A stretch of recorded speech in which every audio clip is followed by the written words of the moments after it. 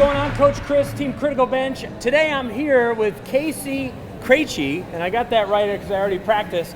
We're at the 2016 Strength Camp Challenge here in Tampa at the Tampa Bay Convention Center. This is the third event. Now, you've been a big sponsor for all three.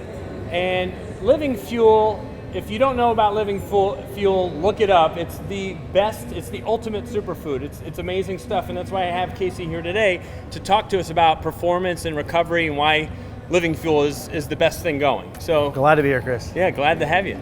So yesterday I spoke to the group here, and it was really a group of really high performance athletes.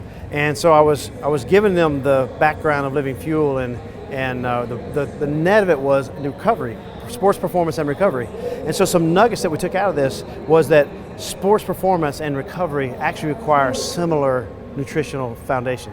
So the message was that recovery actually begins before the workout. Mm-hmm. And so recovery continues. Every time you break something down, you want to put it back, particularly if you're doing repetitive sport, or even golf every day, or baseball every day, or hockey every day, or these kind of competitions where you're going all day long. All day long. You can't say, I'm just going to work out for an hour and then I'm going to take a recovery drink. And so people didn't realize that there are things that what you take is really important, how you fuel the pathways for ATP, because ATP is everything in athletics, because every contraction is based on ATP, which turns to ADP, which turns back to ATP, right? So there's certain pathways, different pathways. If you're an aerobic athlete, you can do the fats and the protein and the carbohydrates and slowly get to ATP, all that you need.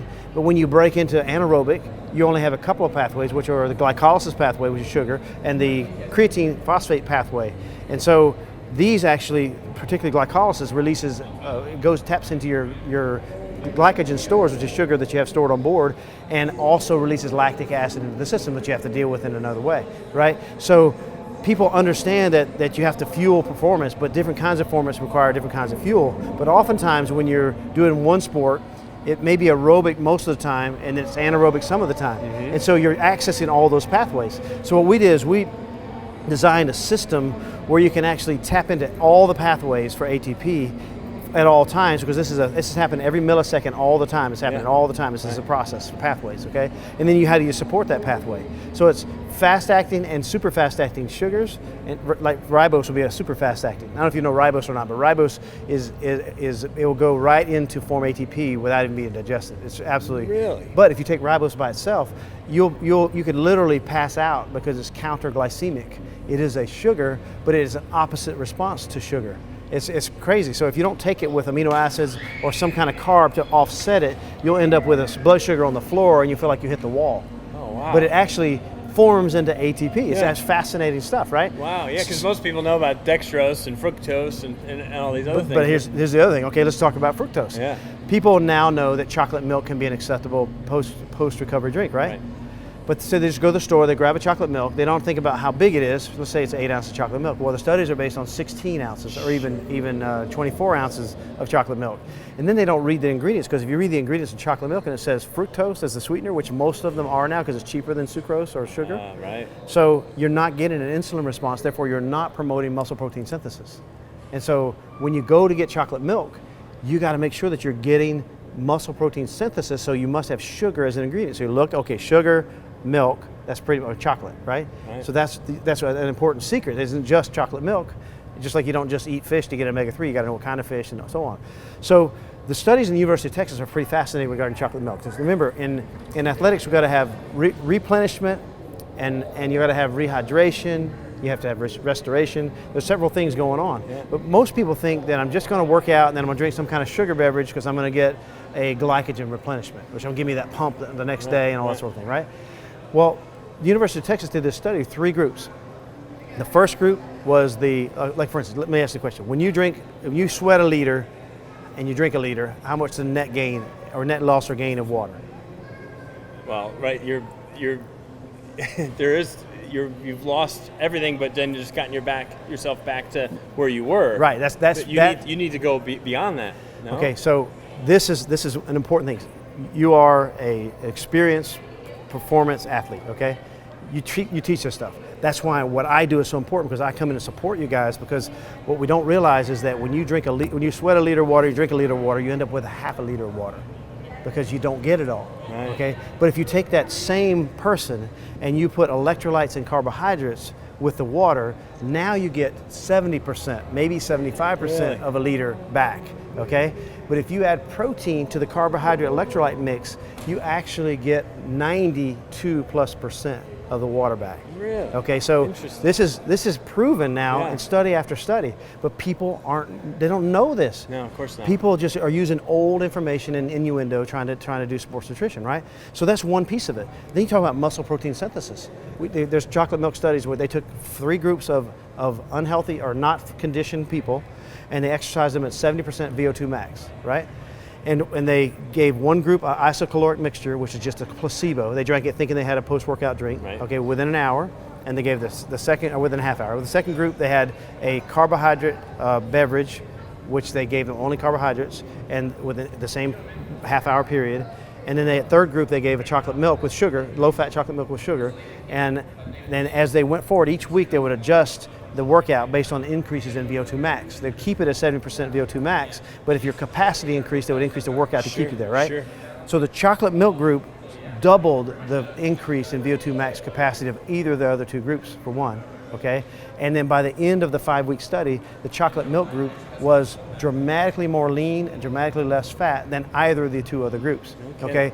And they're able to perform at a higher rate. So now we ask ourselves, what is the machinery? What's going on here? What are we trying to accomplish? Well, the chocolate milk is a cheap way to accomplish triggering muscle protein synthesis. Okay, what is it triggered by? It's triggered by protein, triggered by amino acids, and it's triggered by insulin.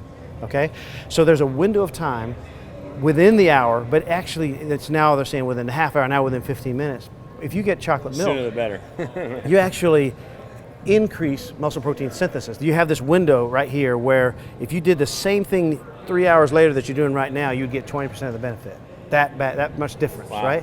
So if you have this chocolate milk in this window, it is dramatically better in muscle protein synthesis. Now describe, people say, what's muscle protein synthesis? They say, well, isn't that like making protein? Yes, it is one way. It's synthesizing amino acids and manufacturing them into the muscle that you need to repair and restore what you just did and grow, right? So that's one piece of it. But what's the rest of muscle protein synthesis?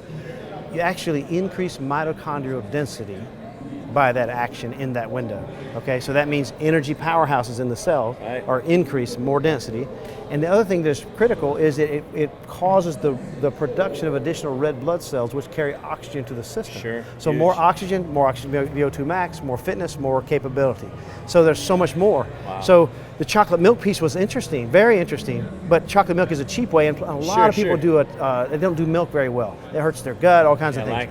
Lactose intolerance and all those like things that. are real issues. Casein intolerance, the whole bit. Yeah. So what we did is we designed something called in-sport recovery, so that 15 minutes before the workout, because recovery really starts before the workout. There's now been studies to show pre and in-sport nutrition, the same thing, if you took the same thing you were going to take after nutrition, gives you the same recovery results as hitting the post-sport, okay? So if when you start 15 minutes before, you raise insulin levels, why? Why would you want to do that? Because you don't want to go get your blood sugar and your glutamine levels down, because that compromises your immunity, and that's when people are worried about loss of immunity. That also results in tapping into your stores of sugar, which releases lactic acid, which it kind of compromises your workout, right? Wow. So if you have all these pathways open and you're getting fueled and the amino acids and the fuel, amino acids and the fuel, and every vitamin, mineral, you could literally do that in your entire work. Every drip of water you would have for that workout, you'll have in-sport recovery in it. At the end of it, you'll have another one within the 15-minute window, and you get everything you could possibly get out of the workout. And it's actually more valuable than the workout itself. Wow. And that's that's the newest in-sport recovery. In-sport recovery. That's the newest product by Living Fuel. Yes. Yeah, because at your stand, you obviously have the greens powder, which is like. That's super what greens, you started with, the super wholemeal greens, right? superfood, And super berry, wholemeal superfood. Super berry, I just mix berry and green usually together, or any combination, and then living protein. And then you guys have the amino, which is really nice too. So I need a good amino, so maybe I should start doing that. Well, the thing is, people think all these guys out here who are watching your video are probably saying aminos. That means I take BCAAs. Yeah. That's 3 of 8 of 9, 10, 11, 12 possible necessary essential amino acids. Right. And so the BCAAs are important, leucine being the most important. Leucine, valine, isoleucine, Right. really important, but that maybe should make up 40% of your mix. Yeah. But the rest of, see, we're not just about restoring muscles and building muscles, we're about building blood, building hormones, building, brain chemicals. Because, Yeah. if you have like brain chemical dopamine Yeah. release, that means it came from an amino, dopamino, okay? right, And so it came from amino acids. So everything begins and ends with amino acids. You have to have all the essentials in order to make the whole process work. And you just can't do it. Most people can't do it with just regular foods. They're not going to get it. It's just not going to be able to eat enough. There are 51 to 53, depends how you slice them, primary essential nutrients that you have to have. There's probably another 100 or more, maybe 1,000 more when you add polyphenols, phenols, all the plant-based stuff that we're learning about. Yeah. And then there's conditionally essential things that we know about and essential cofactors and so many things we don't know about. So the whole thing about superfood nutrition is taking the 50 that we know, put them in the best studied forms, and mix them with the most powerful superfoods we're aware of, broccoli, spinach, kale, spirulina, barley grass, blueberry, strawberry, raspberry, cranberry, and so on. And when you mix it together, you get all the things we know about in optimal amounts, plus all the things that we really don't know about. And there's a symphony going on in your body that brings out maximum performance, maximum gains, maximum lifespan, and so on. So it's just fascinating. And it's great too, because right before we started talking, you showed me some really real life transformations. A gentleman in his 60s who lost 100 pounds, Yeah. probably, has the body of like a 20-year-old. Right. And he does a shake in the morning, a shake for lunch, and then like a nice protein greens dinner. And just totally transformed his life, obviously with some working out too. Yeah, a lot of working out. But this is, first of all, if you don't have the energy to work out, you're not going to work out. Right. So I always say the gym is the last place you want to go to get healthy. Yeah. You want to go first and get your metabolism fixed. Yeah. And then when you get your metabolism fixed, you're going to have such energy, you're going to want to go do something with it. That's when you go work out. And you're probably going to sleep better at night You're going to too, sleep better, but which is part of the process. See, sleep is the restoration process. And people that have bad diets and bad health, they don't sleep well, and that magnifies the bad health and bad diet and so on. So I got to work on the sleep part. Not enough of it. I sleep well, but I'm not getting enough of it. But I thank you so much, Casey. It's been fantastic. God bless you. I love all the information. I'll have to go back and watch this video myself a few times, take some notes, because awesome. your level of expertise kind of goes beyond the norm. But Casey here at the Strength Camp Challenge 2016, we thank you so much. Thank you so much. Now, I got something free for you. It's a free report. It's called the 5 Veggies That Burn Fat Fast. All you got to do is click this link right here so I can personally email you this free report. Now, if you're on a mobile device, you can't click this box, no problem. All you got to do is click that top link underneath this video called the 5 Veggies That Burn Fat Fast to get this free report. Now, there's other links in there too with some great stuff. Be sure to comment on this video. Tell us what you think about your nutrition. Be sure to like this video, give it a thumbs up, and subscribe to our YouTube channel. Thank you so much for watching, and we'll see you again real soon.